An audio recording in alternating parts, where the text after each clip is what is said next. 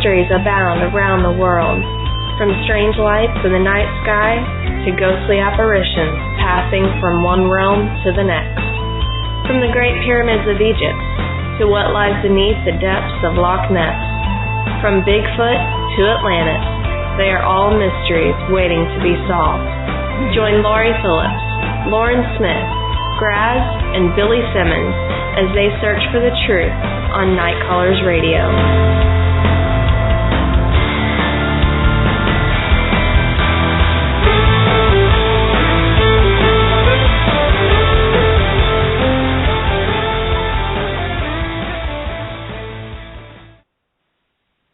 Happy New Year and welcome to Nite Callers Bigfoot Radio.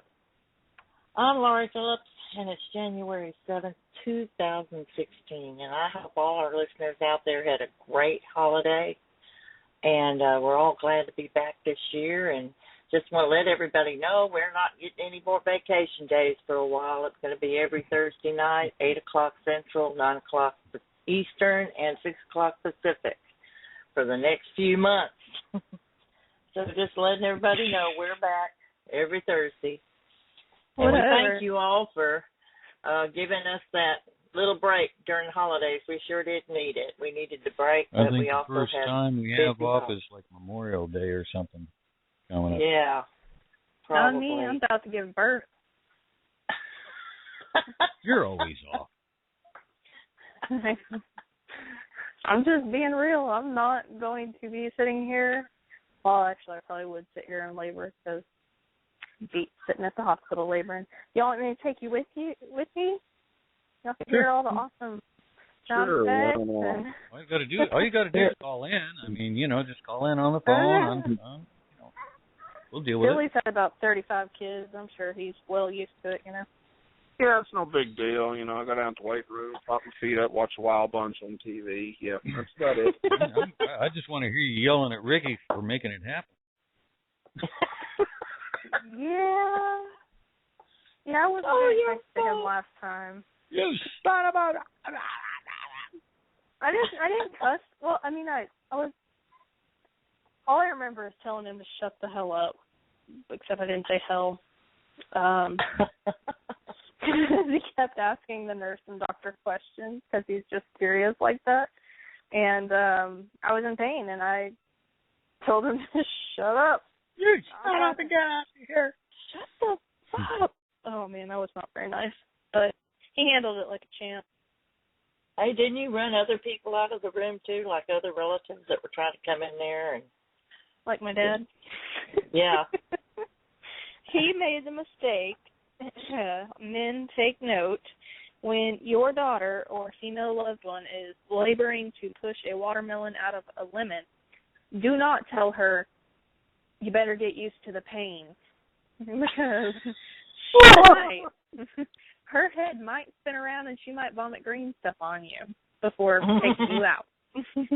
Just saying, words of the wise. Yeah. Anyway, so, if it happens next Thursday, I'll call in and let y'all know. I keep telling him he's ready it's about due for another one for Billy, too, so. Oh, don't you even say that. I was thinking we could all get together and go do a live remote, from the labor room or something maybe next week. That'd be great. Y'all go out in the woods and do it, thanks. No, they should be talking ugly to us. So, that's nothing unusual, though. No, she doesn't. You know what? Yeah. Yeah. I don't want to lose listeners. I'd be cussing all kinds of different. No, that'd be bad. We could always tell them that you're doing female Sasquatch imitations during birth. Yeah. Oh my gosh. Wait. Yeah, get it all recorded for me. Yeah, I'll do that. Try playing that out in the field, see if I get some results. What the hell? I bet I would too. Some grunting and moaning. Well, I don't know. Just let me set up my bionic ear. Oh, man. Anyways, back to the show. Did everybody have a good Christmas? I must ask. Yes. I had a wonderful Christmas. Yep. Yes. And Happy New Yep. Year. And a Happy New Year. Yeah, pretty much. I'll tell you about my New Year. It was very interesting. You know, I live way out in the middle of nowhere, and I have very few neighbors. But let me tell you what, at midnight, somebody was way off in the distance, and I don't know who, was shooting off these big fireworks, you know, the big percussion, boom, boom, boom. Well, those were going off, and then all of these neighbors of mine that got new AK-47s, they're all shooting them all over the place. It sounded like we were under attack. It really did. I was like, my goodness, is this an indication of what this is coming in 2016? And, you know, I said, you know, optimistically, I said, well, at least if you know, the world goes to heck and all these marauders venture down in my part of the woods, at least they'll have to get through all those AK-47s before they get to my place. So very good. I just thought about it positively. I thought only Jared did plenty of goombas out in the middle of the woods to do that too, I guess. Oh, absolutely. Absolutely. Now, I don't know they were AK-47s. They sounded like it. Yeah. Rapid fire. Rapid fire. And incoming. Incoming! It was interesting. Oh, my gosh. Can you imagine what the Squatch do during something like that? I mean, are they just in there rolling their eyes like, these idiots? I don't know. I would have thought they could have hung out around my place and escaped all the hoopla, but apparently my place wasn't even exempt. So there you are. It's not safe anywhere at all. Well, anybody have any news before we go to our guest? No news. No news. Just the beginning of a new year. Yeah, Happy New Year. I'm excited. 2015 was kind of rocky, so I'm kind of real glad for 2016. Even though the psychics out there are saying all kinds of terrible things are going to happen, I think we all just need to be very positive about this new year. Stick to our resolutions and make some changes in our life. That's what I say it's all about. Huh, Billy? Me and Billy decided we was going on a diet this year. Very good. So do y'all have any Squatch-related New Year's resolutions, like get out in the field more, try different kind of research, anything like that? I might try gifting this year. I don't know. I hadn't really thought about that. I was really more interested in trying to be healthy enough to Squatch in 20 years from now if I start today. Yeah. There you go. Oh, my gosh. Yeah. Okay. You guys, nothing? Nothing. Nothing. I just got to get that hip replacement done in the woods. Got to get my Squatch mobile up and ready come springtime and everything's fine. Theoretically, knock You're on breaking up mic. a little, Grass. I thought it was just me. Yeah. No, yeah, you're breaking up. Hmm. FYI. He's breaking up. Well, Billy? Yeah. Yes.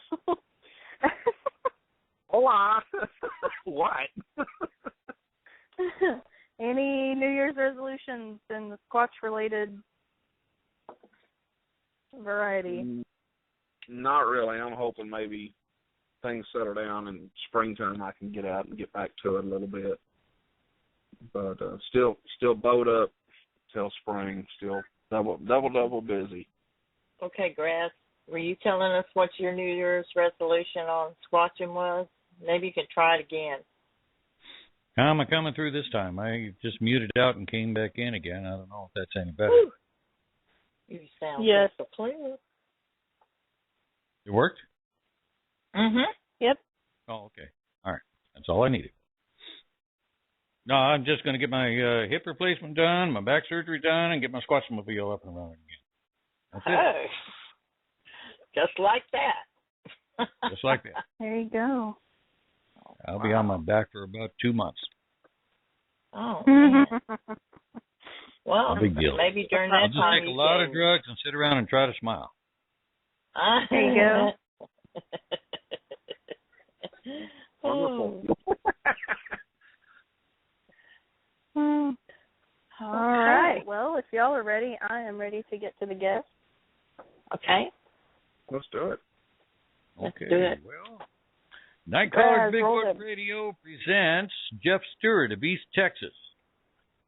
As long as I'm coming in clear and you can hear me. Jeff Stewart, also known as Crypto Hulk, was born in Carthage, Texas, and raised in the Sabine River bottoms. Jeff attended Tahina High School and graduated there in 1990.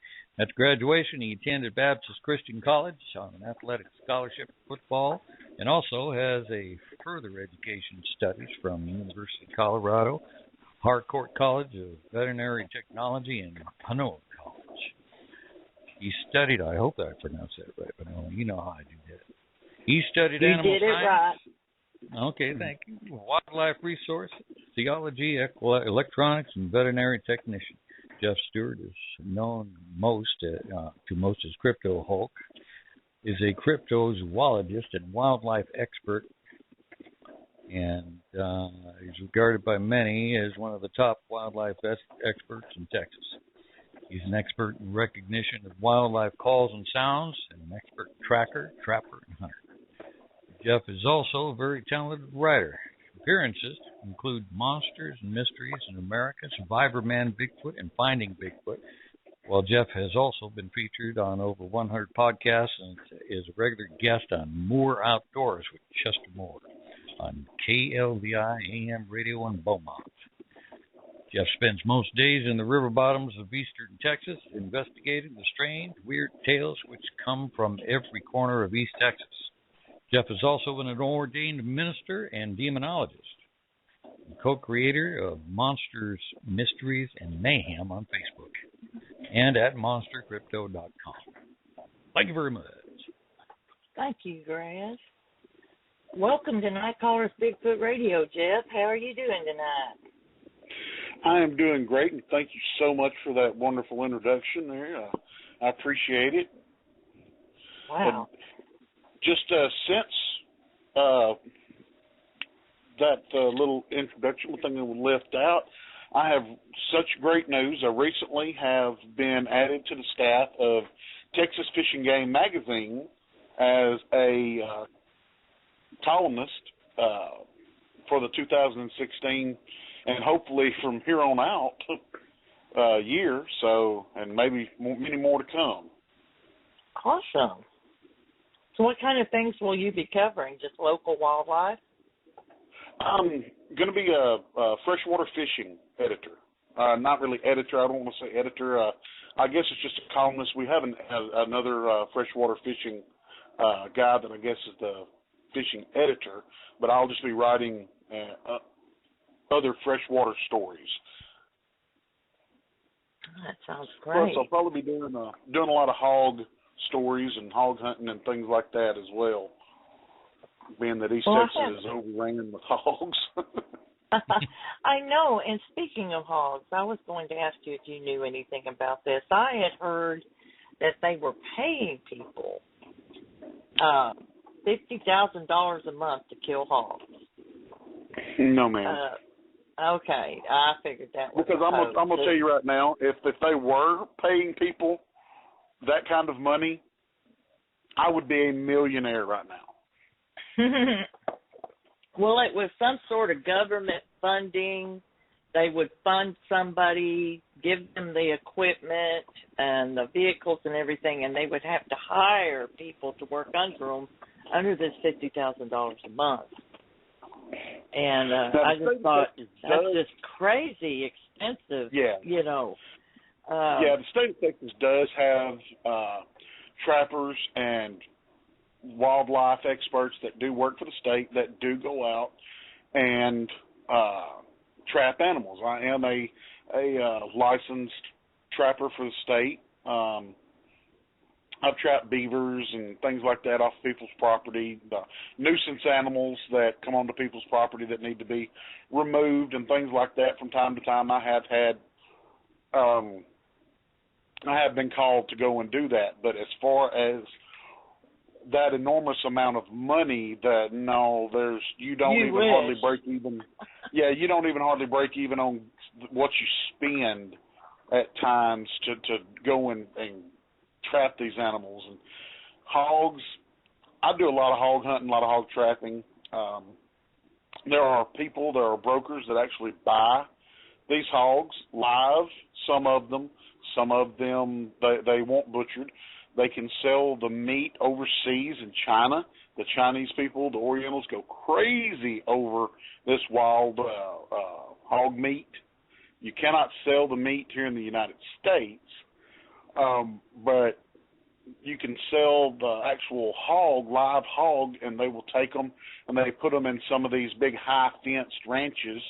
And, there's a lot of people from up north will pay big money to come down here and kill a 300, 400, 500-pound hog. So they'll do that kind of thing. And I sell hogs, but, you're talking 25 cents a pound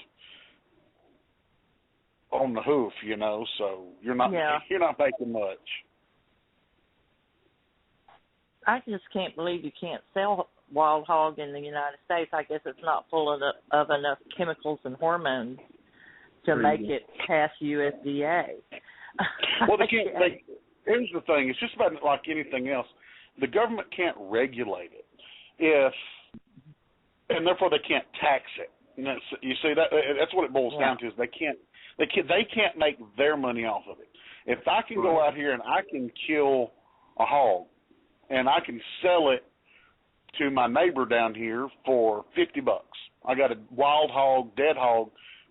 I can sell it to him. Well, my neighbor hands me $50, and Uncle Sam doesn't get his part of that $50. So that's why it's illegal for me to sell a hog or anything else to my neighbor, because basically Uncle Sam can't make his portion of it.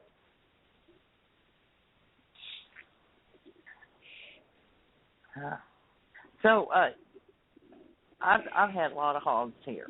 The hogs, we noticed them as we were coming home one day. We noticed that they'd been hitting, and it didn't take. They were probably 3 miles from the house. It didn't take them a week to make it down to our place, and so we've had them off and on coming to our yard.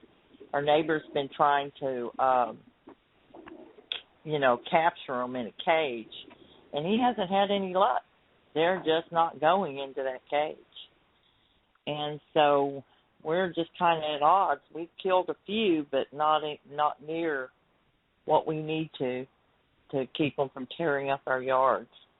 And so they're just coming in at night, herd of hogs, and just rooting up everything. And in the morning you just find the damage, but you never see the hogs.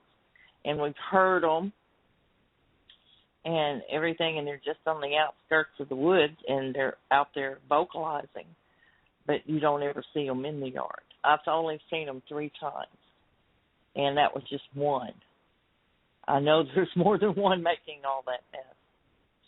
So I guess all we can do is just keep trying, to get rid of them. But they are. How many hogs are in the state of Texas now? I know there used to be over 1 million in the state of Texas. Is that still the number?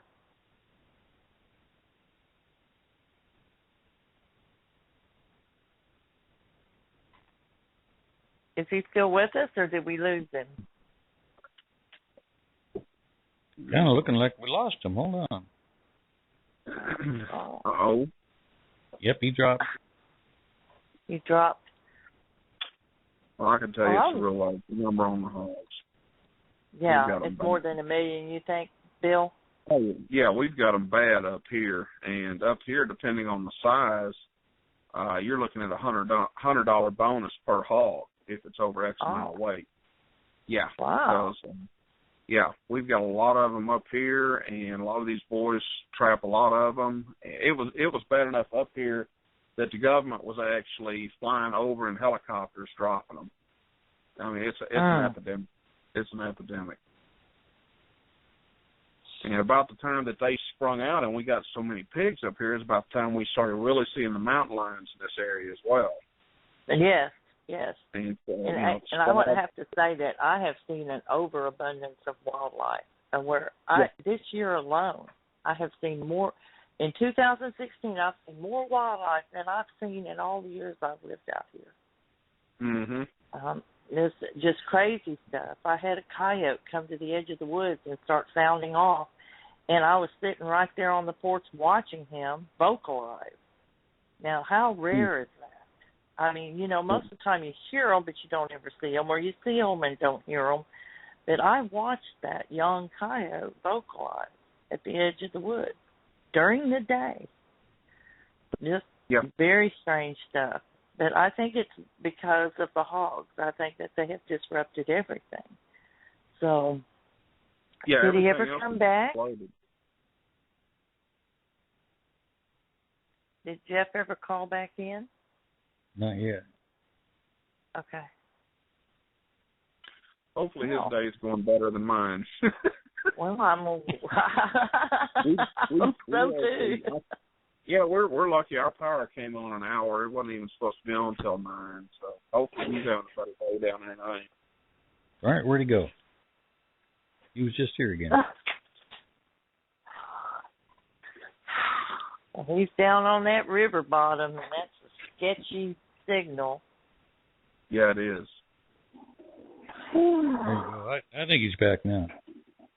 Hey, Jeff, are you back with us? Yes, I am. You must be down on the river bottom. Are you down on the river bottom tonight? I am actually just in my man cave here at the house, but I might as well be in the river bottom. I'm only a couple of miles from it here in the house, so I dang near live in the river bottom. So. Well, could you, I know that we've had you on the show before, but could you briefly let our listeners know, anyone that might not have listened to the show last time, could you briefly let us know how you got involved in Sasquatch research? Gosh, how did I get involved? When I was about 30, a spaceship came down. No, I'm picking. I like that story. Hold on just a minute. You didn't tell us about the spaceship. No. Oh, no, we got to worry now. Story's changing. Exactly. For everybody that may not know or whatever, but when I was about 15 years old, I had an encounter on the banks of the Sabine River.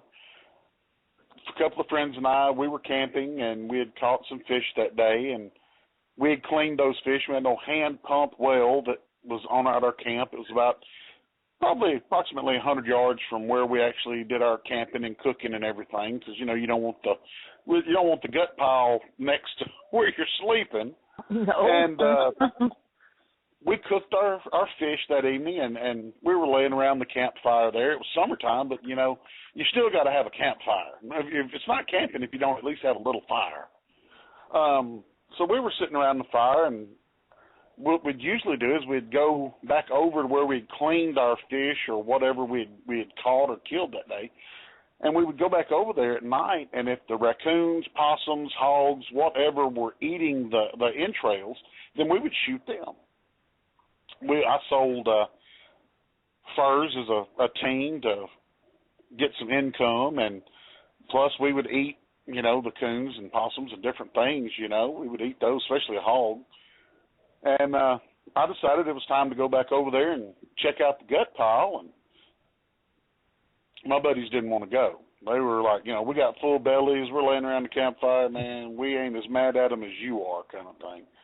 So I grabbed my little 22 and a little flashlight, and over to the gut pile I went, and as I approached, I got probably, 20, 30 yards from the gut pile, close enough that, back in the 80s, we just had the old 2-cell C-cell flashlights that were, pretty yellow, dim bulb. They weren't the LED bright lights we have today. And I was close enough that I could see something was at the gut pile, but I really couldn't make out in great detail what it was, so I raised my rifle, expecting it to either be a couple of coons, maybe big bore coons, or a couple of wild hogs, or a wild hog, or something. And I inched my way closer, because if it was a hog, I was going to have to try to put the little 22 bullet right behind the ear, or else I might get eat up. Mm-hmm. And as I approached, whatever it was noticed me, and it stood up. And it stood up on 2 legs. And it turned, and it was looking dead at me. And I'm looking at this thing, and I'm thinking to myself, this is somebody playing a joke on me. This is somebody, this isn't real. I mean, this is not something you see. Nothing I had ever seen. I'd been in that river bottom ever since the day I was born. I'd never seen anything like it. And I spoke to it, and I said, Mister, I don't know who you are, but I'm scared, and I'm going to shoot you. And he didn't say a word. He just looked at me. And I talked to it again, and I said, I don't know who you are, but I am scared, and I am going to shoot you. This ain't funny. And I never will forget it. It was looking dead at me. And, I was close. I could see everything about it. And I will never forget that it took 3 steps backwards, toe to heel. And this came to mean a lot later on as my research, and I got older and I started really researching animals and animal science and everything. And I'd had people tell me, well, maybe you'd saw a bear, or something. And a bear is as rare in East Texas as Bigfoot is. Yes, it is. And I told them, well, it can't be a bear. And at the time, I didn't know it as much as I do now, but, bears don't walk toe to heel, especially backwards. Bears don't have that articulation in their feet. They don't have that range of motion in their legs. This was a long-legged, bipedal creature that walked backwards, toe to heel. It took 3 steps backwards, got into the edge of the woods, turned, and left in a hurry. It did not run, but it left pretty quickly. And, I went back to the campfire and I told everybody, and everybody was like, yeah, whatever. Tell us another one. You're just trying to scare us. We're at the campfire. We're down at the river. They were not country boys as much as I was, so they were a little more citified. And so they were like, yeah, get the city kids down here and try to scare them kind of thing, And I was like, look, I'm telling you the truth. And they didn't want to have none of it. The next day we walked over to the well. There's the tracks. I wear a size 14 triple E shoe. And I could step my shoe, not my bare foot, but my shoe, in the footprints that were there. And I'm like, okay, guys, if I'm playing a joke on you, how am I stepping in this? How am I stepping in this footprint? And they're like, yeah, whatever, dude. Tell us another one, blah, blah, blah. And I kind of got ridiculed about it, so I just shut up. And I didn't say anything for years. I didn't say nothing else. And, years later, we had another incident, and my father was involved this time. And, I had told my parents, of course, they didn't really believe me, but I had told my parents. And when my dad was involved in an incident, he looked at me and he was like, it's true. All those crazy stories were true. And, I think that was more of the moment when I just really became a hardcore investigator and researcher. Because I'm not a fanboy. I'm not a Bigfoot fanboy. Mm-hmm. I'm not someone that reads every single article that is put out about Bigfoot. I don't watch every single TV show that there is about Bigfoot. I don't really follow every single thing that is done about Bigfoot, because about 80% or more of them are just junk. And I mean, I hate to say that, and I don't want to put anybody off from being a fan, but I'm sure you guys know as well as I do that there's so many things out there that are junk. I'm always scrolling past a lot of stuff like that. At least 20-30% of it, and then the rest of it you can read. I call it learn from. It's the new tabloids. It's the old Inquirer magazine. I had Bigfoot's baby and that kind of thing now, and we don't need it at the grocery store checkout line anymore because you've got it on Facebook. Right, you got it on Facebook.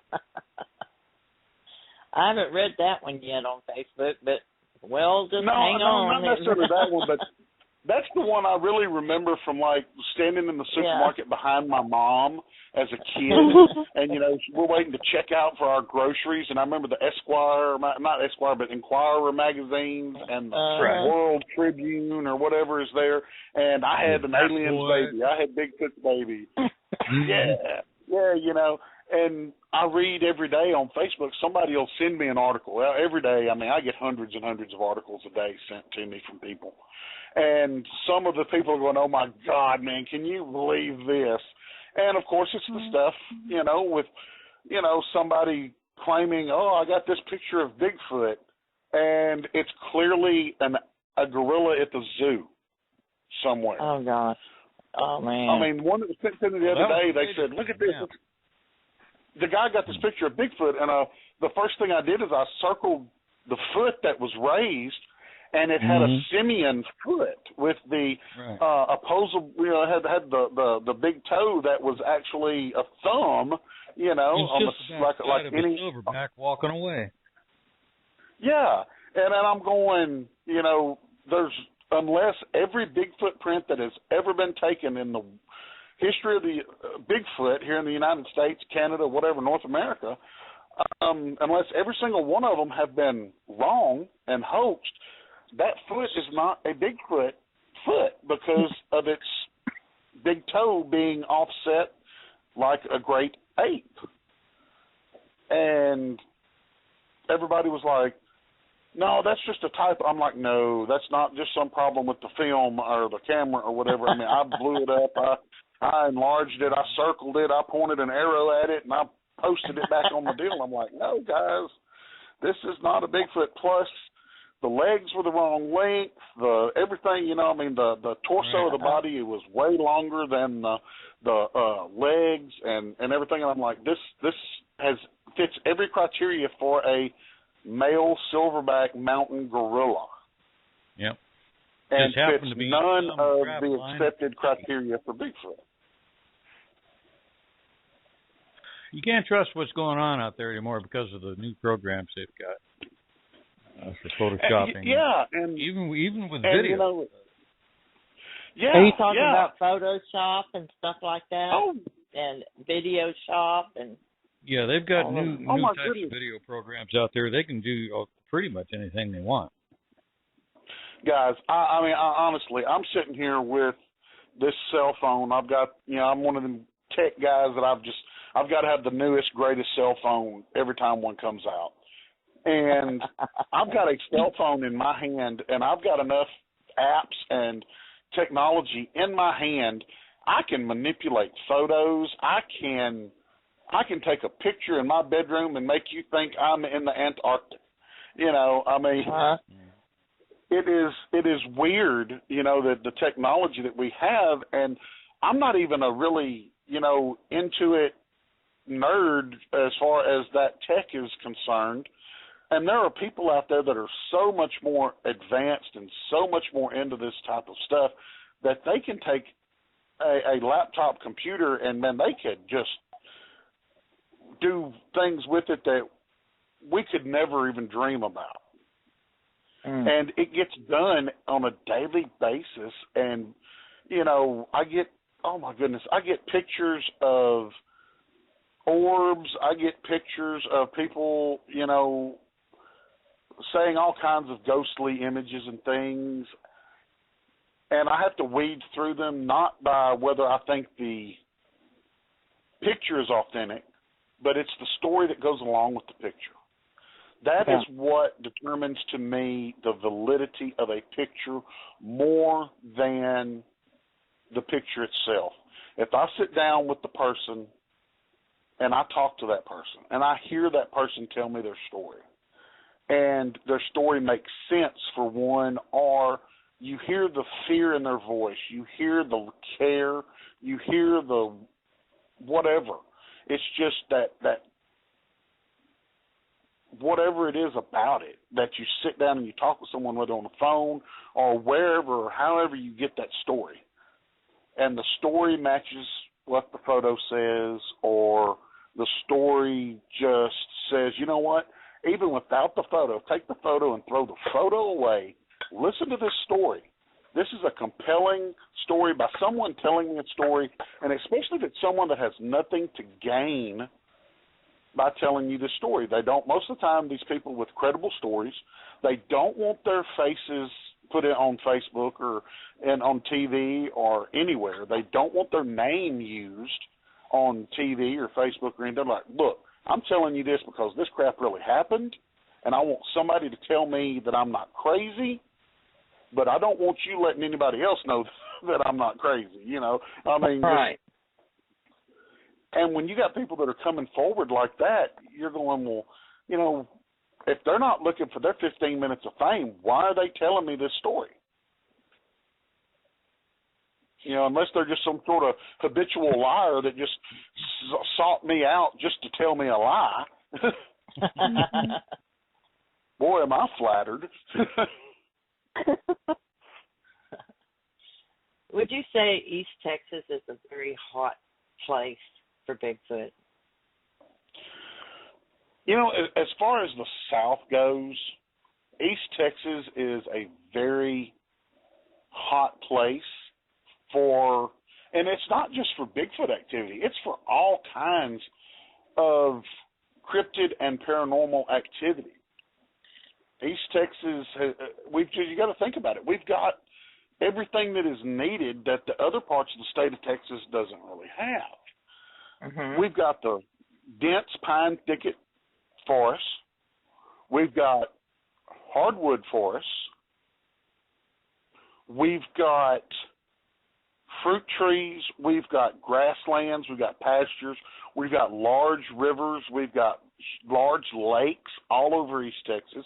There is hogs all over East Texas. So we've got everything that is needed for any kind of animal to survive here. We've got shelter.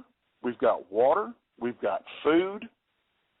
We've got secluded areas that are, you know, millions of acres. I mean, you know, Davy Crockett National Forest. We've got, oh my goodness, there's just... There's Angelina National Forest, Davy Crockett, Sam Houston, and Sabine National Forest. All I mean, there's like four national forests within driving distance, you know, I mean, of one another. I mean, every one of those national forests are no more than just a couple of hours apart. Mm-hmm. And in between is solid woods. Yeah, private, you know, millions of acres of private forests and pasture lands. So, you know, we have the best region as far as, you know, the South goes and Texas goes for something to be hid. Like here where I'm at, we've got swamps. I mean, you'd think you're in South Louisiana with some of these big cypress swamps and things that we have here off the Sabine River and Toledo Bend Reservoir. You know, right here where I'm at, we've got Toledo Bend Reservoir. We've got Lake Merval. We've got Sam Rayburn Reservoir. We've got, oh my goodness, Toledo Lake Bend. Cherokee. Yeah, Toledo Bend, Lake Cherokee, the Sabine River, Lake Pinkston, Lake Nacogniche, Lake Nacogdoches, Lake Timpson. There's like 15 large bodies of water within an hour's drive in any direction of me. Plus you have the Sabine River, the Natchez River, the Angelina River, and the what's the Trinity River. Yep. Exactly. So East Texas has got everything that's needed for any kind of creature, whether it's Bigfoot or whether it's panthers or just whatever.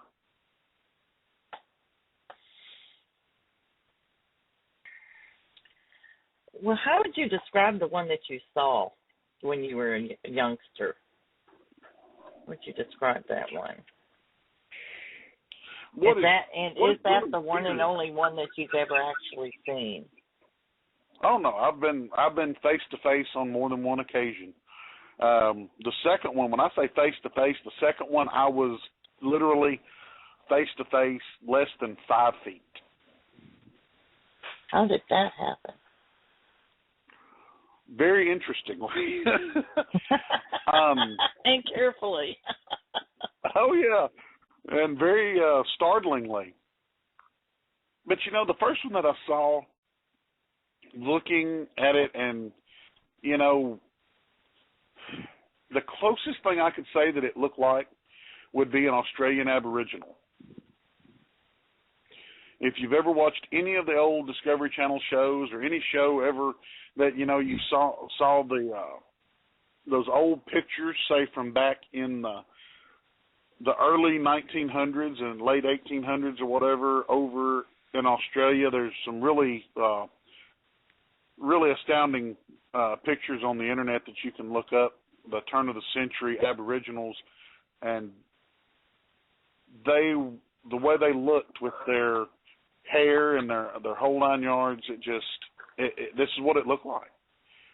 Large broad nose, but not outside of human parameters. Mm-hmm. It was very large, but it was not ape-like. Very flat, but not ape-like. Large nostrils, but not. I mean, I've seen human beings walking down the street with noses just as big as what I saw on this creature.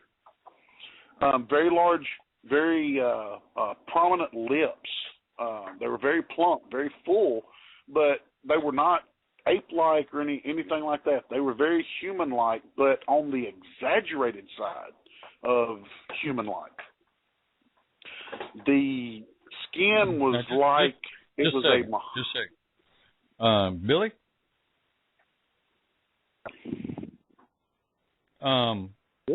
Does that sound anything like what you had up there? I think you were saying yours looked a little bit more like gorilla-ish. Yeah, mine did. Yeah. Mine was a lot more gorilla-ish. That's up in... that was up in Arkansas or near you in Paris? No, that was near me up here in northeast Texas. Near Falk, right? No, that was here not far from where I'm living at now. Oh, I see. The ones up in Arkansas, the only visual that I had, as far as facial or anything else, was that nighttime pic of that one Lori that you saw, and yes, that one's really freaky because that one doesn't look human, and that one doesn't look gorilla-ish. But, the ones in my area have more ape-like features facially. Jeff, like you've seen several yourself, do they pretty much, like in humans, they have different looks depending on the family or something along that line? What do you think? Well, one of my theories on the whole kit and caboodle, I guess you'd call it, if you get a bunch of human beings that are from different geographical locations together, even though we have all the same facial features, we have all the same, 2 ears, 2 eyes, nose, whole 9 yards, but we don't look anything alike. Right. You put me and you together, and we don't look anything alike. But yet, me and everybody in my family, we look similar. But you take a guy from, say, Japan, and you put him beside me, we look nothing alike. No. Our ears don't look the same. Our nose doesn't look the same. Our mouth doesn't look the same. We look generally the same because we have all the same features, but we look nothing alike. So if you take, say, a creature that is geographically living right here where I'm at, well, how they've had to breed will affect how they look. If you've got animals that have been mainly inbreeding with one another for a long period of time, they're going to have an astoundingly different look than, say, maybe a creature, say, maybe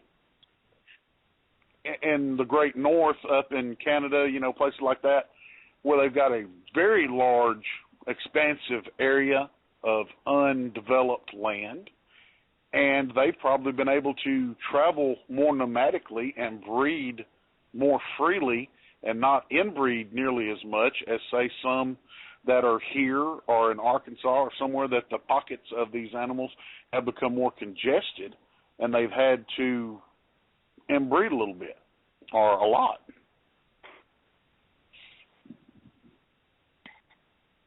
I agree with you there. I do know that there are areas that they are kind of confined and they're limited to an area and can't. And I also have a theory that you're going to find more aggression in those areas where inbreeding occurs, and also where encroachment upon their territory is happening and that kind of thing. You're going to encounter some aggressive creatures in these places. I wanted to say that the last time that I actually got a facial sighting, I've had several sightings but never was able to see their face except one time. And he did look like an Aborigine to me. He had the dark skin. He had the wrinkles in his face, around his eyes, deep set eyes, heavy brow ridge, kind of thick lips, sort of. Well, I wouldn't say thick lips. That's just not the way to describe him. But he had that kind of look like the Aborigines, but his body did not fit a human body to me. Right. His body and his entire body was more like a giant ape to me. He had sloped shoulders, the sagittal crest. He had long arms. He seemed like he was just so hairy. He had a lot of hair. And I've never seen, all the ones I've ever seen seem to have the shorter hair, or more like basketball players, very limber, thin, muscular, but thin, lanky. Well, this one was nothing like that. He was extremely broad and stout, and his hair was very long, and he looked kind of like an abominable snowman, like the one on Rudolph the Red-Nosed Reindeer. He looked just like that to me, except he wasn't as goofy looking. I mean, he had the average face with that kind of body. And that's the way I can describe him, And he had very distinct odor. So when he was around, I knew it was him. And I actually had two different encounters with the same individual. But he was so very markedly different than the other ones I had seen in East Texas. So I don't know what to say about that. What I try to tell a lot of people is, imagine if you've never in your life seen a Chinese person, and all of a sudden one day you see a Chinese person walking in the woods. Then another person sees a different Chinese person walking in a different set of woods. Is the person that you saw going to look identically like the person that they saw? Is it going to be the same height? Are they going to be the same weight? Their hair going to be the same? Their nose, their eyes, their everything, are they going to be exactly identical? No, they're not. Mm-mm. Just like with Bigfoot creatures. You know, I put it like this. My dog just had 9 pups.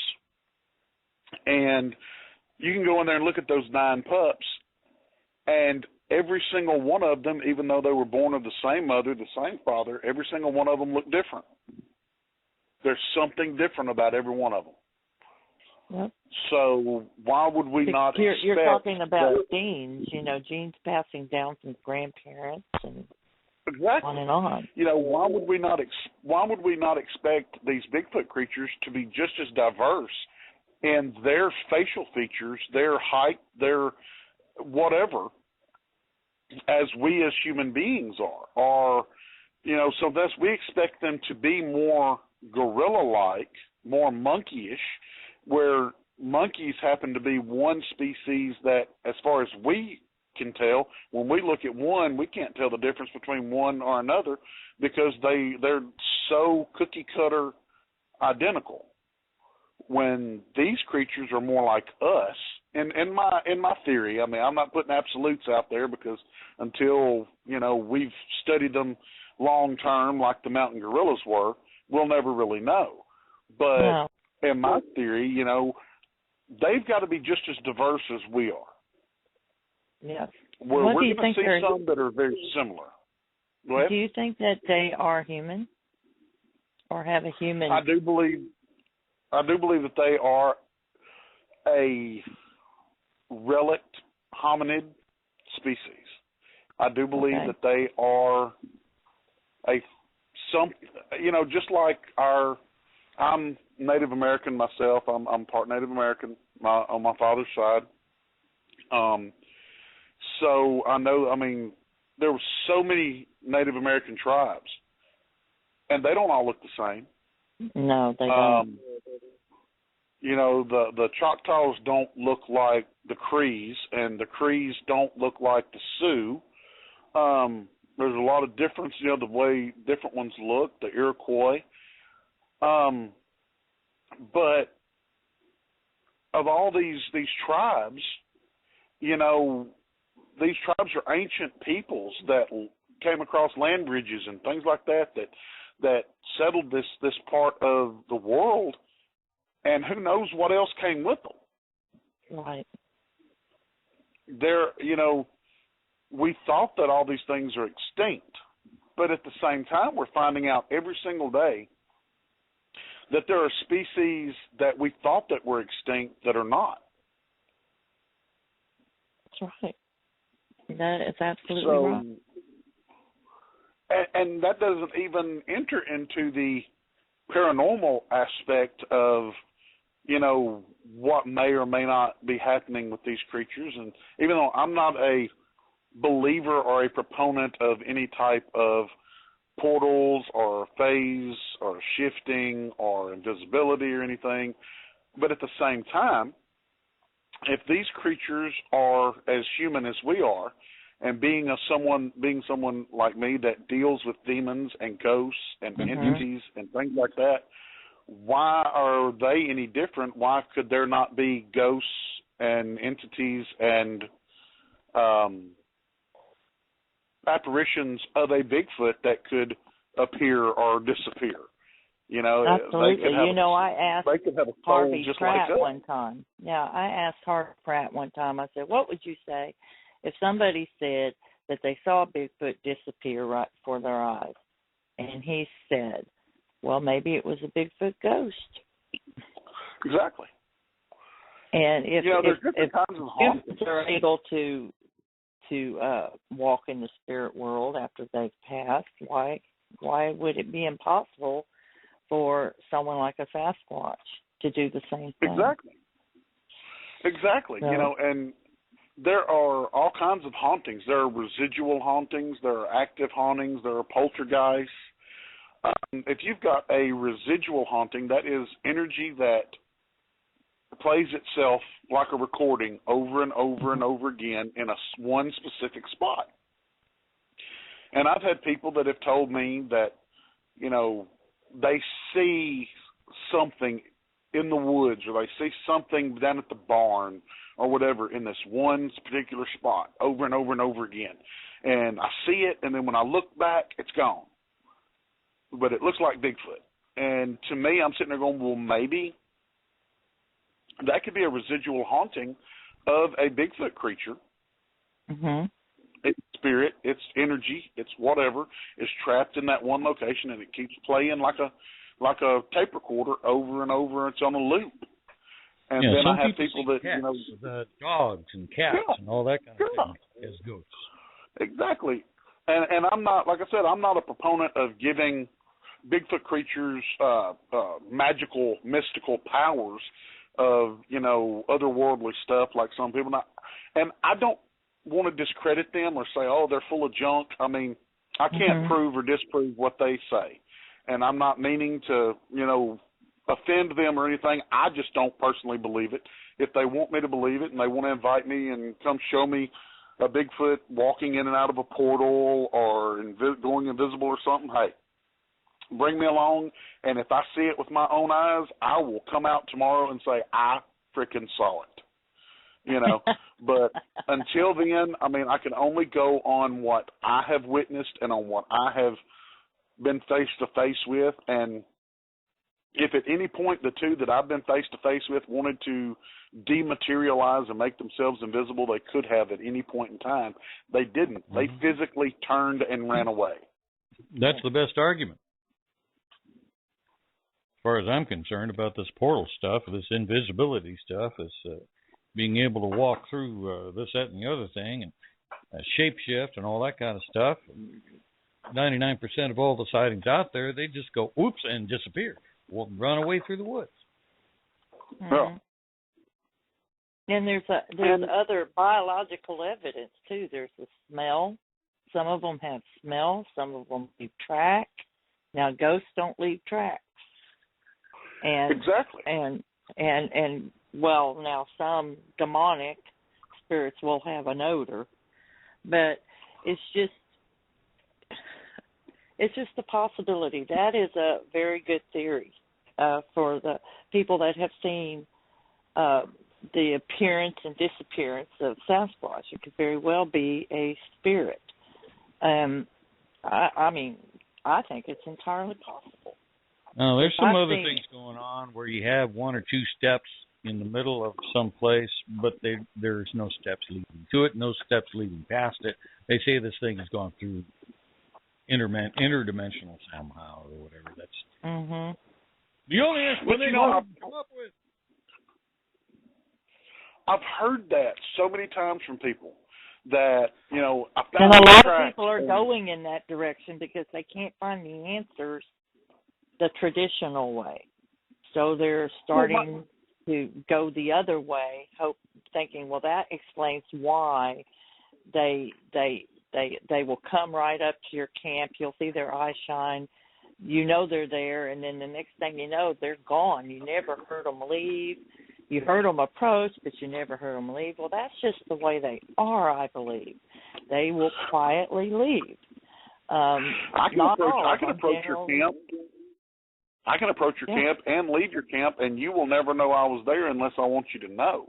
I mean, I'm just an experienced woodsman and tracker and trapper, and I can do things like that. I can disappear at will just by using the foliage and the terrain and the shadows, and I can be standing right there with you looking at me. You can look away, and when you look back, you won't see me again if I don't want you to.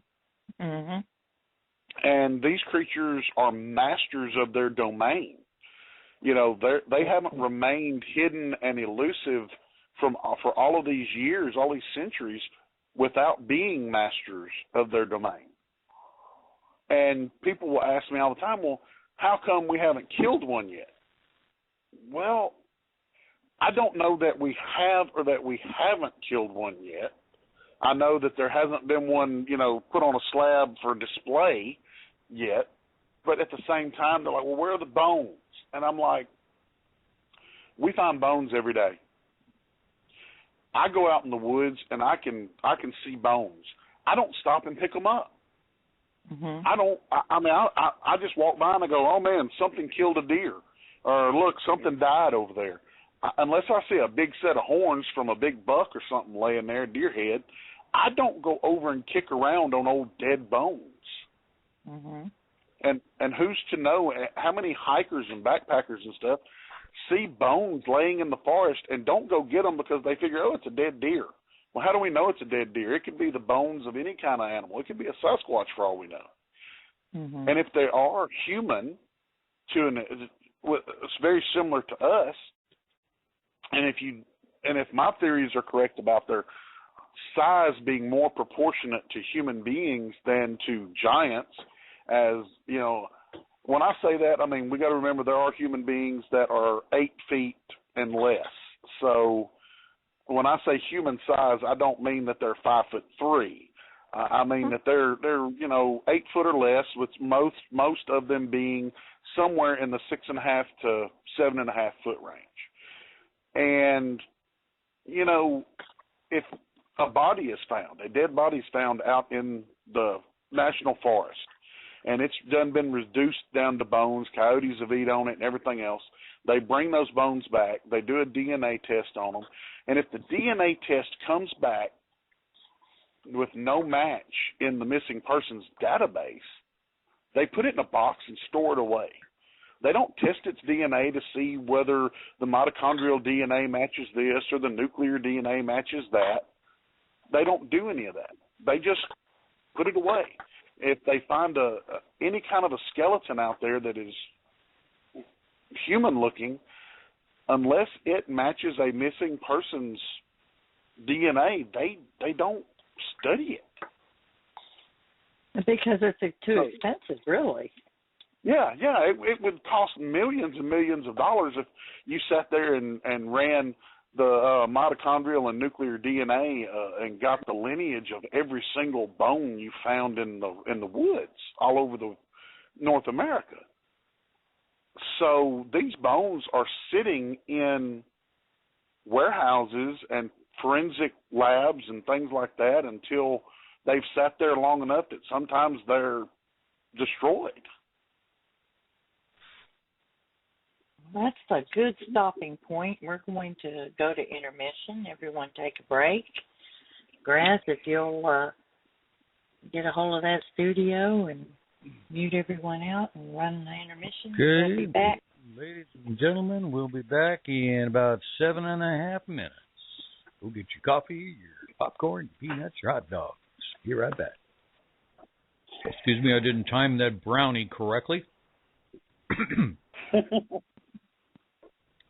Welcome back, ladies and gentlemen.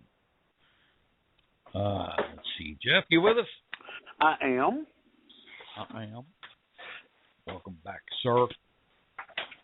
I'll tell you what. If y'all have not purchased yourselves a self-stirring mug, you need to invest in one. The best coffee mug I ever got. My wife got it for me as a Christmas present last year. You just put your coffee in it, and if you want a little creamer or whatever, you put it in there. You push the button, and it stirs it automatically. Huh. The hell's going on with this world? Never heard of such a thing. You have to buy something to stir your coffee for you, I tell you.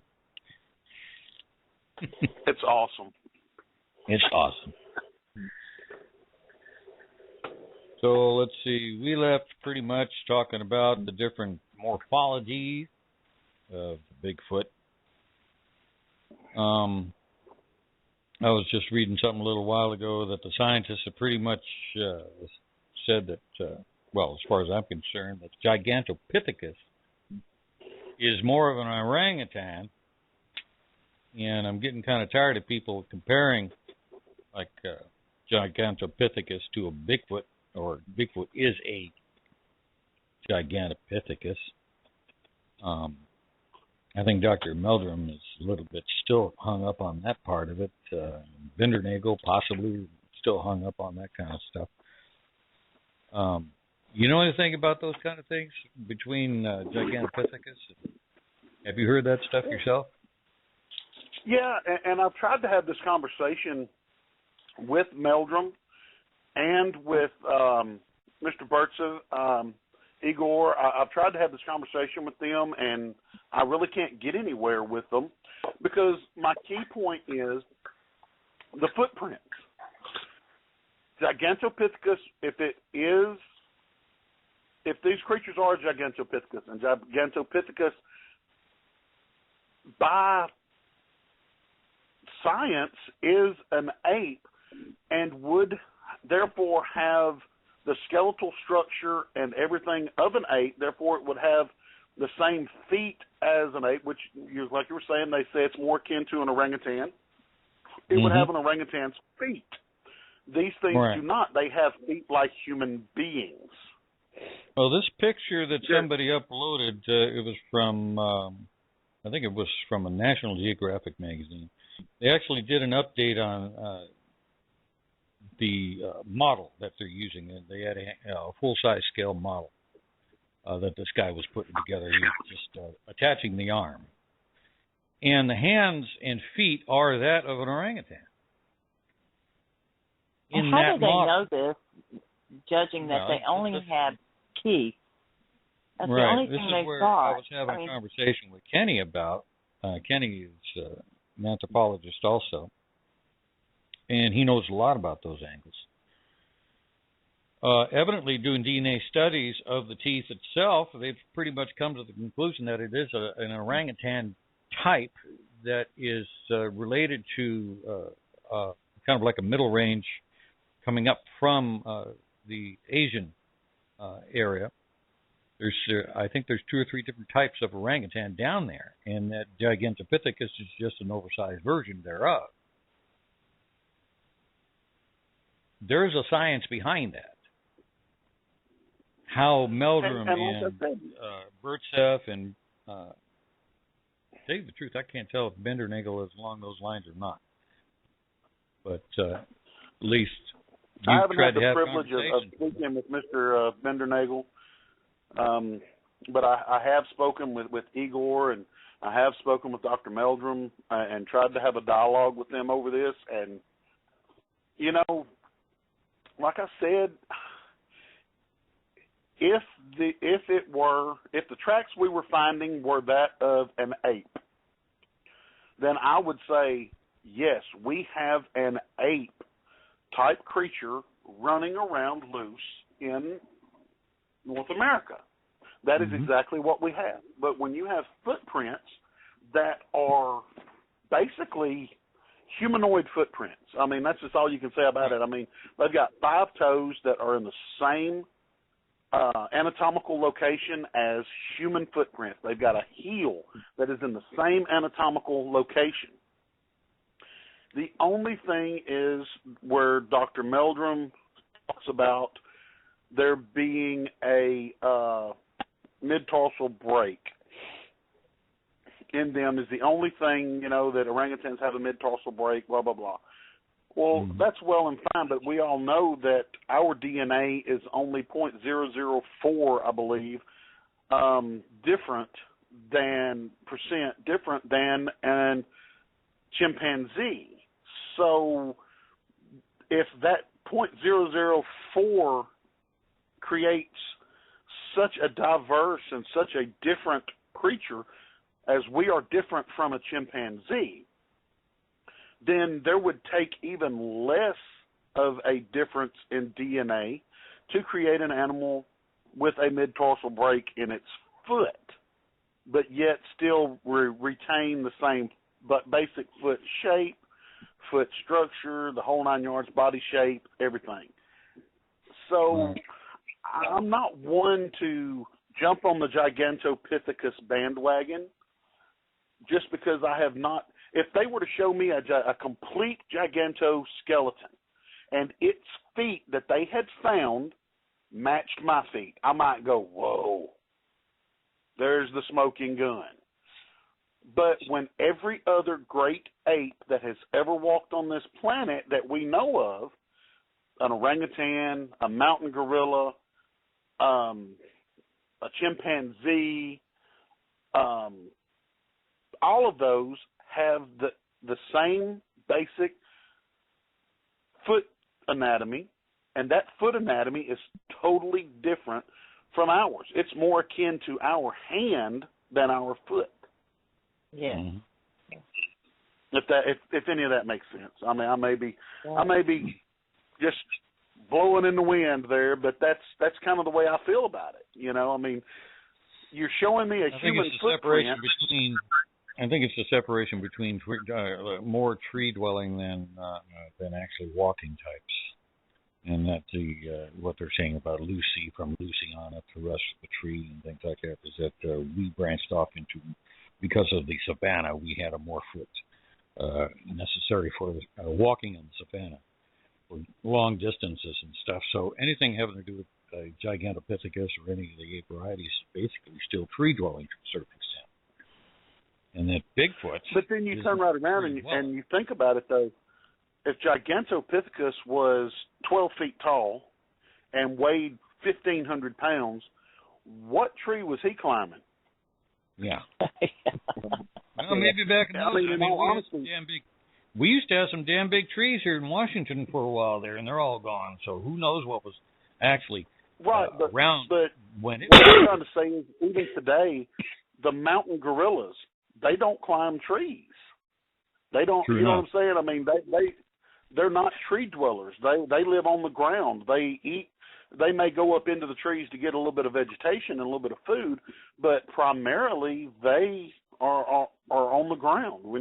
Anytime you watch a National Geographic special, you see the silverback and his harem on the ground. You don't see them 40 feet up in a tree, and their feet are still shaped the same way as the tree-dwelling apes are shaped. So if there is a case right there for if an evolutionary whammo was going to be happening somewhere, you would think that there would be some gorillas somewhere that we would start seeing the opposable big toe that they have starting to atrophy or starting to disappear or starting to migrate around that foot to the same position that ours does. Mm-hmm. But we have yet to find, I've yet to read any scientific data saying that there are any great apes that they have found that their feet are starting to turn into our feet, you know, that they're starting to evolve. And that's always my point. In the process of the evolution of that foot, why is there nothing out there now, and there has been nothing for the past couple of 100 years, that since we've been studying apes and different things, we've yet to find one ape that foot is turning into our foot. So in other words, a Bigfoot is pretty much almost like a hybrid, where it's got the... What I would think is that Bigfoot would be no different than any other native, what we consider Native American tribes that came across the land bridge and came here. These creatures came here across that land bridge at the same time, but they were not as hardy because they did not form tribes and clans like the Native Americans did. The Native Americans, they clumped together in huge tribes and societies, and they helped one another.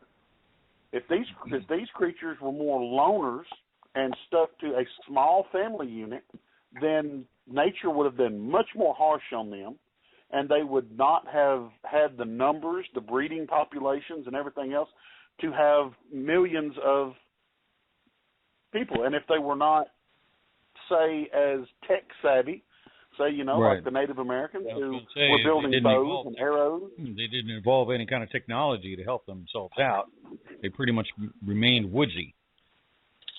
Right, they remained woodsy, and therefore their numbers are small, and we don't know. There are many theories that I have as far as the actual breeding and the breeding cycle.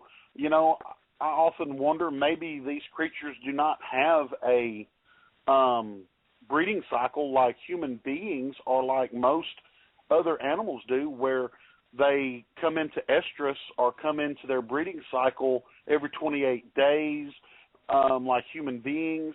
but maybe it's more like deer, where they come in once a year or twice a year, and if they don't get bred during that once or twice a year, it's another year before they can get bred. Or so there are other animals that the don't come into estrus, but even longer periods of time. So if these creatures, if their estrus cycle is a long time off and there's no male there to breed that female, she could go a year, sometimes 2 years without being bred. And then again, you turn around and say, living in such a harsh environment, the mortality rate has got to be probably somewhere in the 70 to 80%, on infants and very young, being out in, say, like the north where the winters get down so cold and the environment is so harsh and food is so hard to come by that, there may be even a 90%, and I'm throwing numbers out there. I have nothing to back this up. This is just my theory. There could even be as high as a 90% mortality rate.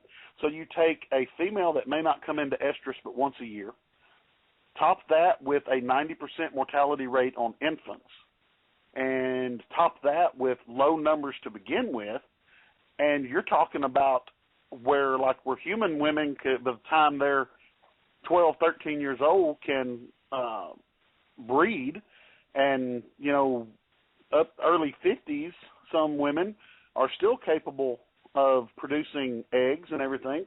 So you've got a huge span. If these creatures have a shorter span, they don't get bred, you add all of the things in that I've talked about, then it perpetuates very low numbers. Because I do not believe that there is as high a number as many of the television shows want you to believe, that behind every rock and every tree and every forest in the United States, there's 10 of these 100,000 Bigfoot out there. Yeah, I'm not bad-mouthing the shows because I love them. I've been on them, I will gladly be on them again if they ask. But they're just the people who are spouting all these theories through science, what they call science. Until we actually have a species to categorize, until we actually have something that is actually there that you can study, we don't know. Right. Yeah. And the great thing is that I tell a lot of people that I get people all the time that say, man, I wish I could be a cryptozoologist like you are. And I'm like, why can't you? Why can't you? My deal is I'm an animal expert. Now, I'm an expert on deer, hogs, squirrels, catfish. Right. Things like that. Yes, I'm an expert on that. I can show you the proof on that. But when it comes to Bigfoot, anybody that says they are an expert, I shy away from them. I really shy away from them because now they can be an expert on evidence. They can be an expert on footprints and morphology. That Meldrum is a good expert on morphology as far as that's concerned. But as far as he's an expert in footprints, nobody. Yeah, you can be an expert in just about anything, any aspect. That you want to be, except for a Bigfoot expert. Because even though I've got great theories, I've got good ideas, I've got tons of footprint casts, I've got hair, I've got things that have been tested and, came back as some really strange crap, and some hair that, I had some tested that came back as non-human primate. And where in the crap in East Texas are you going to get a non-human primate in the woods? It didn't come back as gorilla or orangutan or any known primate. It came back as not just a non-human primate, nondescript. It was weird, but at the same time, I can't say it was Bigfoot because there's nothing to compare it to. That is definitely a Bigfoot. Now, what are they looking at when they come up with that kind of determination? Are they getting a real detailed report out of that to be able to compare it to other primates and possibly to why aren't they comparing your hair with somebody else's hair across the country in another lab? Because there's no database for Bigfoot samples. Right. There's no central location where all these samples are going to, or these, right. At the very least, the reports. None of these reports are being compared between themselves. What you've got is you've got someone like Dr. Melba Ketchum, who has tested hundreds, maybe even thousands of specimens of DNA from hairs to bone fragments to everything on Bigfoot. Then you've got labs like Texas A&M. You've got different, I know there's a dozen different labs all over the state of Texas that have tested samples for different people. That's just in Texas. There have got to be, I know, what's his name, the weirdo up there in New York that I really don't like too much. Yeah, I don't like him. Yeah. He's the naysayer that, it doesn't matter what you send him and what you do. It's not Bigfoot. It's not nothing. He never even gives it a fighting chance. Right, and he doesn't explain the actual report itself. He just says no. Yeah, I'm not a big fan of his. But anyhow, even him, if there was some database that they could upload every single one of these findings, whether they were false, no matter what they were, upload that hair, upload a picture of the hair so you can look at all of the properties of that hair, the scaling, the different things on that. If you could upload all of that evidence, all of that material into a central database, and then when I send in hair to be tested, whatever lab I send it to could not only match it to what is already in the database for all DNA in the country, but then they could check it with that database and say, well, wait a minute, we got a match. This hair exactly matches 400 other specimens that don't match anything else in the world. Right. Wow. We've got evidence of a species now. We don't just have one maybe contaminated piece of DNA. Now we've got a piece of DNA that if it was contaminated, it would have had to have been contaminated. All 400 samples would have had to have been contaminated by the same person, which is an impossibility. Right. And that's one of the reasons that one guy in New York kept saying that, well, it's coming up with human on it and it's got to be contaminated. Well, what if this thing is part human? It's going to show up as a bit of human in there. Exactly. And what kills me is whenever we get a sample back that says non-human primate on it, and they immediately throw it out and say, well, non-human primate. Ain't no monkeys running around the woods in Texas. Well, you know what? I beg to differ. There have been several wild primates found in the hill country of Texas.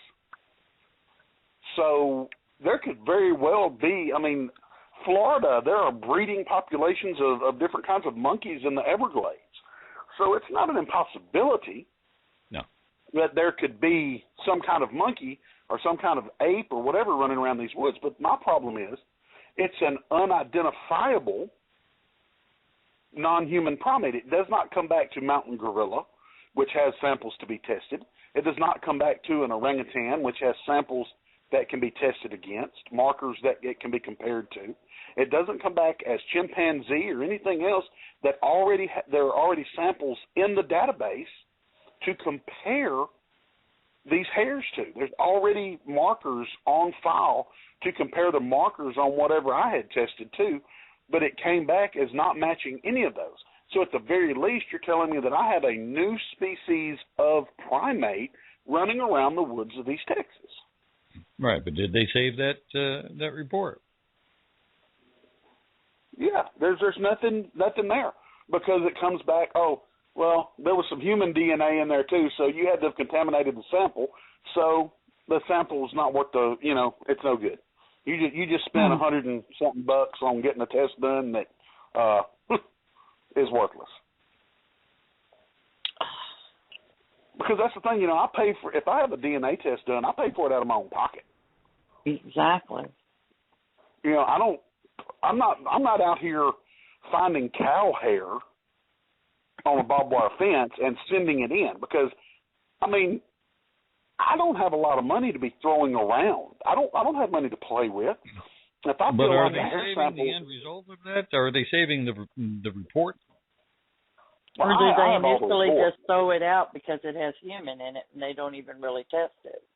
Well, they send me all of the, they send me a letter in the mail that has the results, of it, and you have to read through 3 or 4 pages to try to decipher what they're telling you.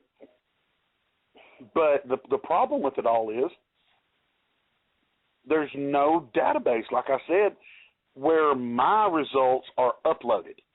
Your results are uploaded. The guy in New York's results are uploaded. The guy in Canada's results are uploaded.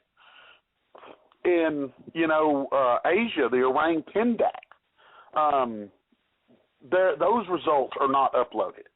If we had a database where all of these results could be uploaded, and mine could be compared to the guy that lives over in South Louisiana or the skunk ape down in Florida, and we might begin to see a pattern. We might be able to find, like I said, if you found a few hundred out of all the samples that have ever been tested, if you found a few hundred over the past 20 years that had the exact same DNA composition, then you could sit here and say, we've got a species.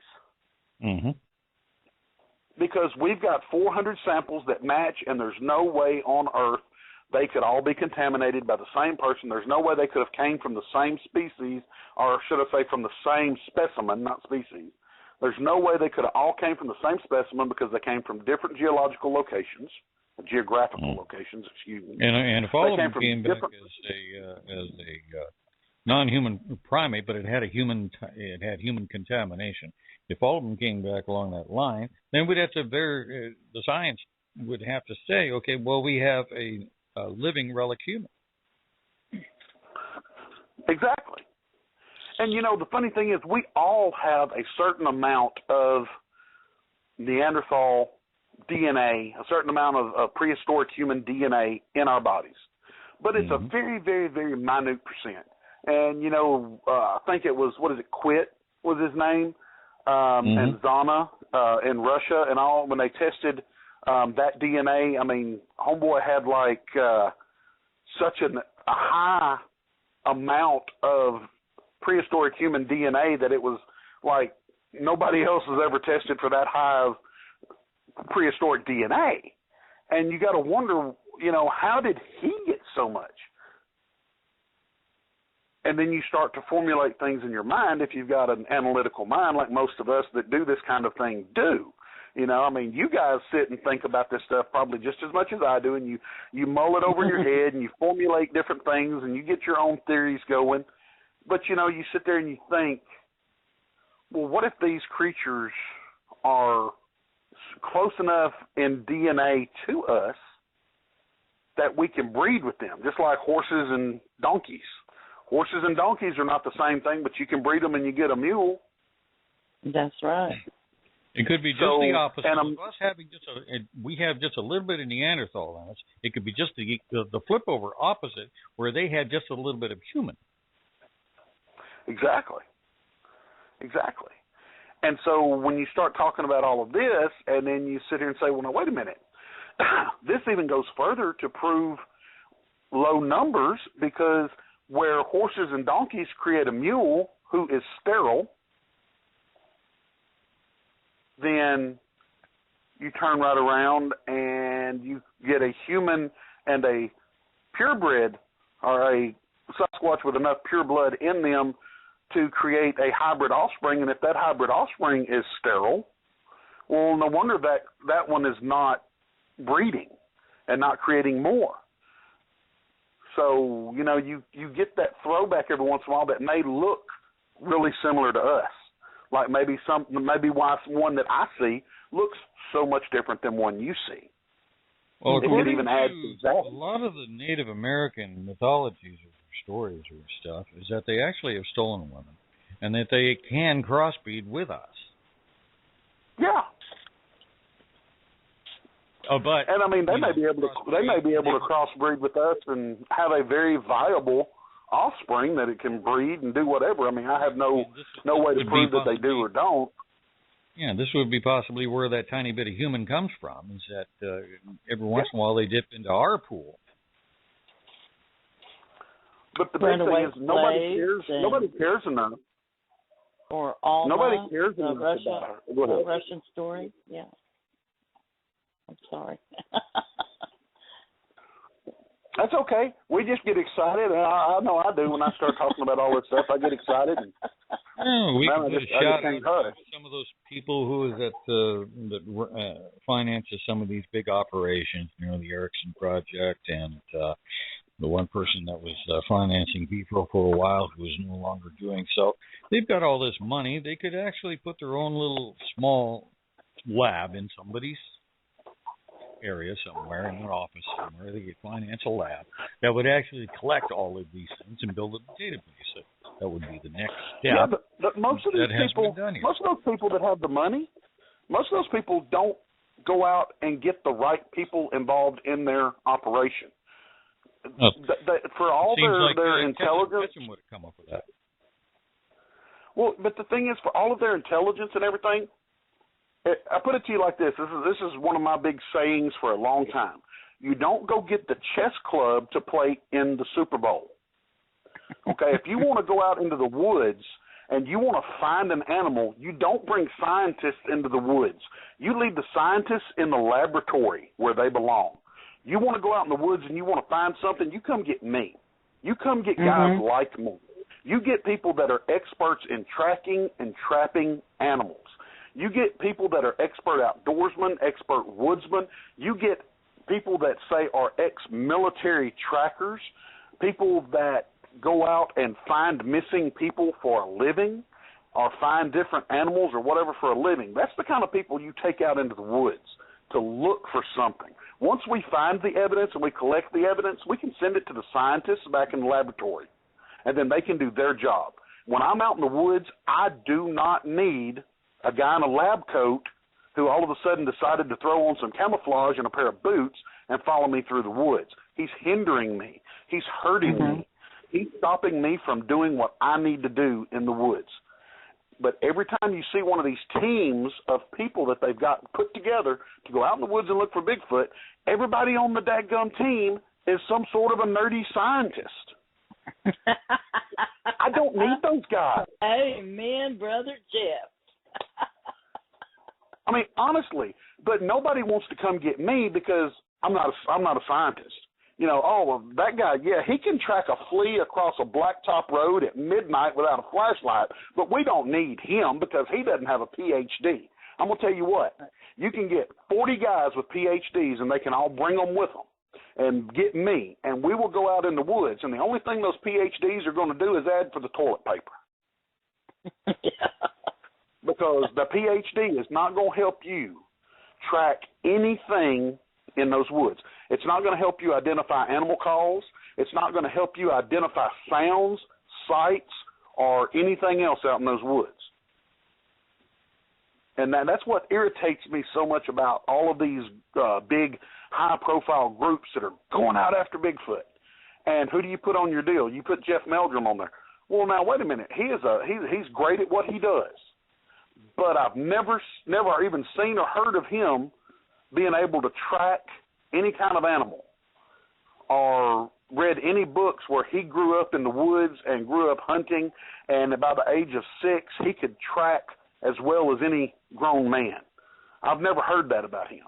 I've never heard that about any of these other scientists that, boy, every time it's on, one of them's got a TV show, you see them out there. And that's one of the reasons why we can't find anything is because we're sending the chess club out into the middle of the forest to play the Super Bowl. We're not getting the football players. Right.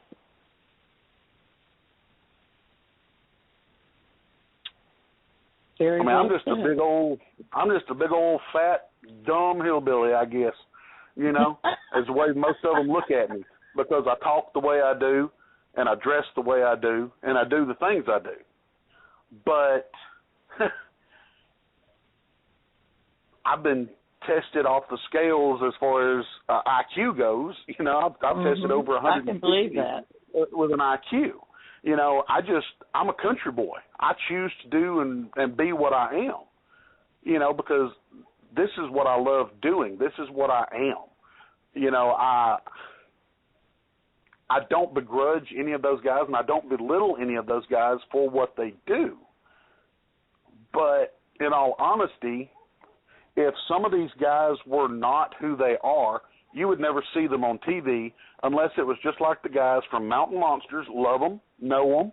They're great individuals, but they're making a TV show for money, and they're doing what a director is telling them to do and a producer is telling them to do, and they're made to look like morons out in the woods. And I know these guys, not a single one of them is a moron.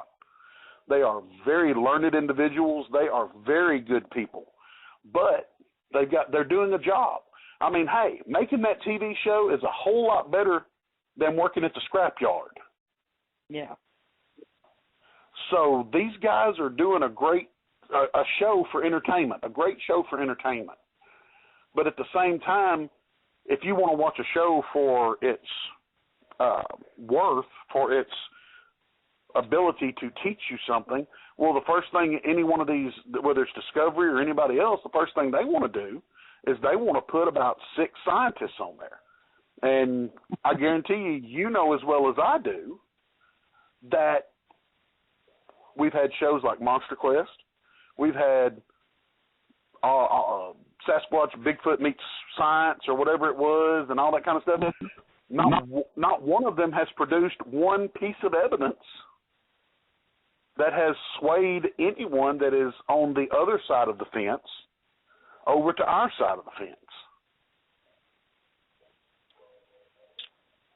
Well, you go stomping around in the middle of the woods with a bunch of cameras and camera crews and sound crews and everybody else crews, and you got to have the lunch truck sitting over there someplace, and you got to have some tents. You got to have possibly some motorhomes and a couple of other campers and things like that. You go out there with 50 or 60 people, you know, running a show. What are you going to do? You're not going to find Bigfoot unless Bigfoot's sitting over there on a hill eating popcorn and watching you people. Exactly. And, you know, and it's like I've told people, if I had some financial backing, I mean, I've had experiences. I mean, I've even taken people with me and had experiences while people were sitting beside me. But I did not have a thermal camera. I did not have night vision equipment because I can't afford it. I had nothing with me other than just me sitting there with a flashlight with somebody sitting beside me. And when you're sitting there and you hear, and this is verifiable by the people that were with me, you're sitting in the middle of the East Texas woods, and all of a sudden you hear come from 100 yards away from you. There's no animal in the East Texas woods that makes that sound. No, there's sure not. I cannot tell you what made that sound, but I can tell you every single animal that did not make that sound that lives in the East Texas woods. Mm-hmm. And I can honestly tell you that we were behind and we were on private property where there was no other people in there but us. And we were sitting together, and that sound happened. And I've had sticks thrown at me. And I've had people with me whenever we don't have rocks around here because there's no rocks unless it's on a road where it's been placed because it was muddy. So if you're in the middle of the woods and all of a sudden somebody throws a stick and it comes, instead of it, I'll tell you what happened. The stick comes flying in. We're sitting at a campfire. The stick comes flying in. My buddy looks up in the air, and I said, "What are you looking for?" He said, "That stick just fell out of a tree." I said, "You didn't notice that stick came in from beside us? It didn't drop from straight up over us. It flew in from sideways." He said, "Yeah, you're right." I said, "Watch this." I reach down, pick the stick up, and I throw it back. 20 seconds later, here comes the stick back in. For 20 minutes, I sit there and throw the stick out in the woods, and the stick flies back in. My friend decides he's loading his stuff up and going home. we're not camping anymore, man. We're going home because there's something freaky going on here. And I'm like, we're not in any danger. And he's like, bull crap. And I'm like, look, I've been in these woods camping since I was 6 years old by myself. Maybe not 6, maybe 9. I'd have to say 9 by myself. And nothing's ever attacked me or killed me other than a wild hog, which it didn't kill me, but it did attack me. I've been snake bit, I've been squirrel bit, I have been raccoon bit, I have been possum bit, I have been hog bit, I have been fish bit, but I have never been Bigfoot bit. So of all the creatures that are out there in my woods, I'm least scared of a Bigfoot. And so we ended up spending the entire night, and nothing happened other than we heard some noises and things. About 6 months after that, I had a film crew that contacted me and wanted to go in the woods with me from the Discovery Channel, and they came down. We went off into the woods, and they wanted me to demonstrate my owl calling abilities, so I started calling an owl, a barred owl, and I actually brought that owl in and had it land within 15 feet of us on the ground because I had started a rodent squeal after I got it in the tree above us, and it came down trying to get a rat. And while I'm sitting there messing with this, we hear something make a noise off in the woods about 50 yards behind us. Well, I turn and look, and the cameraman is still filming the owl, so I whistle at the cameraman. I go, and out in the woods 50 yards away where the sound came from, you hear whistle back in the exact tone and exact pitch that I whistled. The cameraman looks over there at me and he's like, what was that? Well, he's filming. And I said, watch this. And I started whistling in some very intricate tunes and tones, and whatever was out in those woods was mimicking me 100% exact tone for tone, note for note that I was whistling. Now, there are no songbirds in East Texas woods at night that can mimic anything that I whistled like that. Because, I was sitting there, I was whistling like, and it would whistle back at us.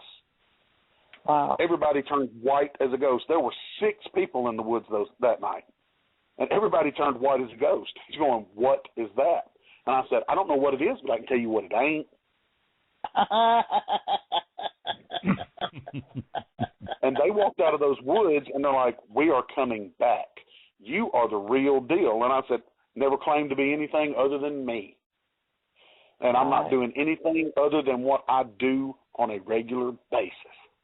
But my problem is I don't have the funding and I don't have the equipment. I'm the kind of guy that I figure if I would have the funds and I would have the equipment, I could have already got some pretty compelling photographs and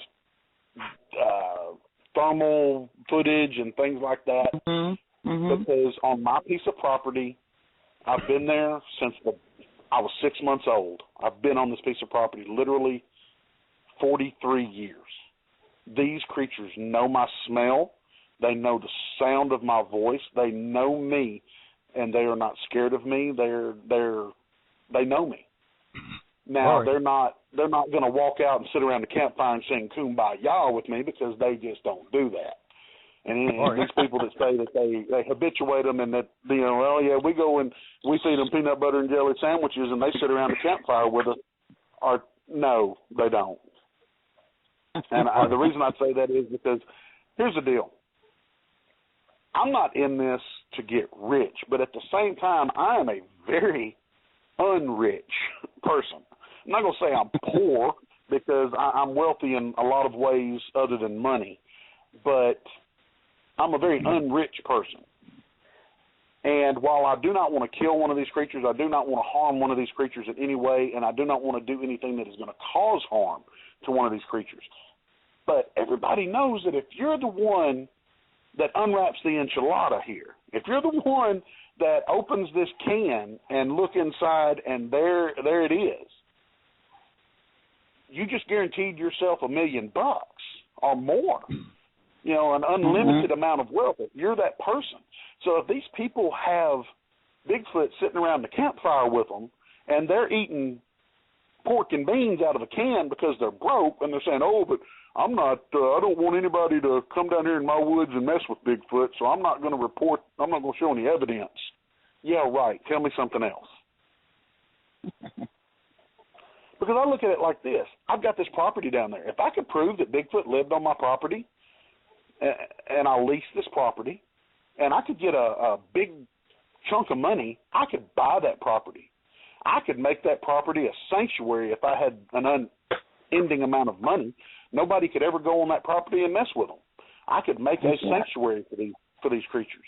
And that's the thing, you know, if I ever was able to prove that they exist and I was the guy and I got enough money and enough notoriety, you know, I'd be one of the first ones campaigning in with the government to, you know, hey, let's build some sanctuaries, let's protect these creatures, let's put them on the endangered species list, and let's blah, blah, blah, blah, blah, you know. But whenever you're broke as a joke, I mean, you can shout it as loud as you want to that, hey, let's protect them, and nobody's listening. No. Lori? Yes? We are down to 5 minutes. Well, not just that. We're down to 5 minutes. But I got to think about that. I think Jeff just put out a challenge for you, Lori. How so? If he wants $1 million? No. I'm broke as a joke, too. Well, what? I've got a little bit of an advantage. I've got a thermal camera down there in Billy's house. Oh. And Billy also has a camera that does my blob squatch eliminate. Cool. Remember that? It's a blob squat. It's infrared. I'd have to explain how that works, but it's infrared, and it turns all the leaves pure white in daytime. Right. Because the sun supplies the infrared, and it turns all the leaves pure white. Now, because infrared reflects off or is soaked up by hair, dark hair, you have black against white leaves. They stick out like a sore thumb, even in what they think to be pure darkness. This is what I hate about blob squatches. You're on Facebook, right, Jeff? Oh, of course I am. I can send you a link to my YouTube, and I'll show you that video. I put a video up about that camera. Hey. Anyway, Billy has a camera that does that, and he's got my thermal camera down there with him. And I'm just putting not necessarily a challenge. Become springtime, maybe Lori and Billy can go over to your little plot. Oh, that'd be I'll tell you what, you guys are all, you guys all have an open invitation. I am an open book. As long as there's not a hunting season going on where, it'd be dangerous for us to be out in my woods because there are people that do hunt with me. But whenever hunting seasons are over with, you guys have an open invitation to come and go with me anytime I go. Or if you call and say, hey, I'm free this weekend, can you be? I'll do everything I can to be free that weekend. Because I will take you guys and you can experience what I experience. And I'm not guaranteeing you an experience, but I will open my place and say, here it is. I'm not hiding anything. Let's go have fun. Now, you talk about having a really nice remote blog talk. What do you think about that, Laura? Yeah. Well, I don't know, because I have done a live in the field show, and, we could do one, but I would very preferably like to have at least one night of doing authentic research without being hooked up to a telephone. It's very hard to... Well, if you planned it for like a 4-day weekend or something like that, where you have Thursday, Friday, Saturday, Sunday, that kind of thing, and just do your own research as you go, but, it's possible you could have a remote just by phone. Yeah. Okay. Yeah. But anyway. That would not be a problem. The only problem we have down here is cell phone signal. Yeah, right. and if I was going to mention that anywhere you've got Squatch in East Texas, a good population or a lot of activity, there's no cell phone signal. Right. If your cell phone does not work, they're there. I swear that is just a little secret. Just not let y'all know that. That's the way it happens, though. But anyway, we're down to the show now. Yeah, we are. And Jeff, this was a great show. You always give us such a great show, and we thank you so much. And I know our listeners are really happy to have you back. I appreciate it. And y'all are very welcome. And, I don't approach it as a show. I just approach it as a bunch of friends sitting around talking. That's all we do. Yeah, that's the way we look at it, too. No, we're not trying to be fancy. We're just us. Exactly. Well, everyone, I want y'all to join us next week. We've got Lonnie Hawks from Kentucky. So I just want to throw that in there real quick. Jeff, we'd love to have you on again in a few months. And anytime y'all want me, just let me know. I'm there. Or here. And we will be contacting you. I've got your phone number. We will be contacting you about getting together with you. I know we were talking about February or March after hunting season, getting together and going out there, and I think it would be great. I can't wait. I can't wait. Especially, while it's still good and cool, because once it starts getting hot and we have to start fighting mosquitoes, it's just not nearly as enjoyable. No, it's not. Sure not. Well, let's say goodnight, everybody, because we are running down on the clock. 5 seconds. So good night, everyone. Good night, everybody. Good night.